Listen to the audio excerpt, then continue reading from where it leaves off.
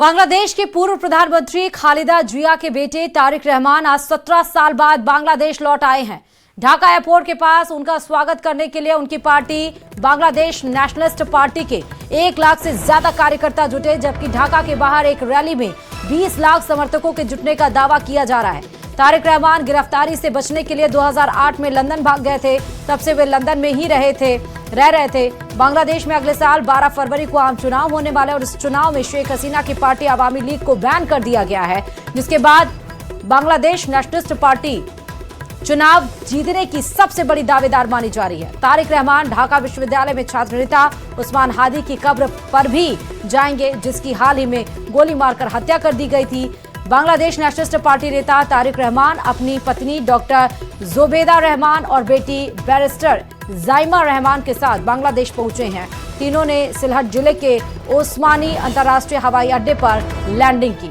तो 17 साल के बाद तारिक रहमान आए हैं और आप सोचिए कि अगर इलेक्शन में खड़े होते हैं तो सबसे बड़ा चेहरा माने जा सकते हैं, ऐसा विशेषज्ञों का मानना भी, और इस तरह हमने आपको बताया भी। फिलहाल आप देखिए कि तारिक रहमान को इनॉग्रेट करने के लिए, उनको रिसीव करने के लिए, उनके स्वागत में आप देखिए किस तरह से जन सैलाब उमड़ा है।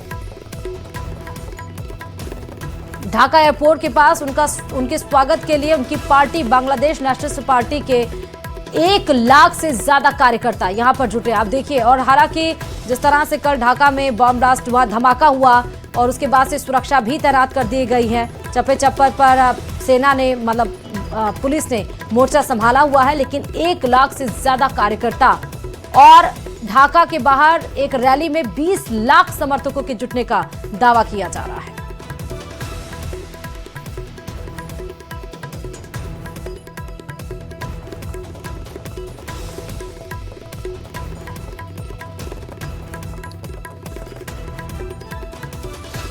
बांग्लादेश की अंतरिम सरकार में बड़ा राजनीतिक घटनाक्रम सामने आया है। सरकार के मुख्य सलाहकार के विशेष सहायक और गृह मंत्रालय की निगरानी कर रहे खुदा बख्श चौधरी ने अपने पद से इस्तीफा दे दिया है। कैबिनेट डिवीजन द्वारा जारी आधिकारिक गैजेट में उनके इस्तीफे की पुष्टि की गई है, जो तत्काल प्रभाव से लागू हो गया है। चौधरी को राज्य मंत्री का दर्जा प्राप्त था और वे बांग्लादेश के पूर्व IGP भी रह चुके हैं। यह इस्तीफा ऐसे समय में आया है जब देश में कानून व्यवस्था को लेकर सरकार पर सवाल उठ रहे हैं और इंकलाब मंचों के नेता शरीफ उस्मान बिन हादी की हत्या को लेकर भारी आक्रोश है। इसी बीच ढाका में अंतरिम कैबिनेट में फेरबदल की अटकलें भी तेज हो गई हैं।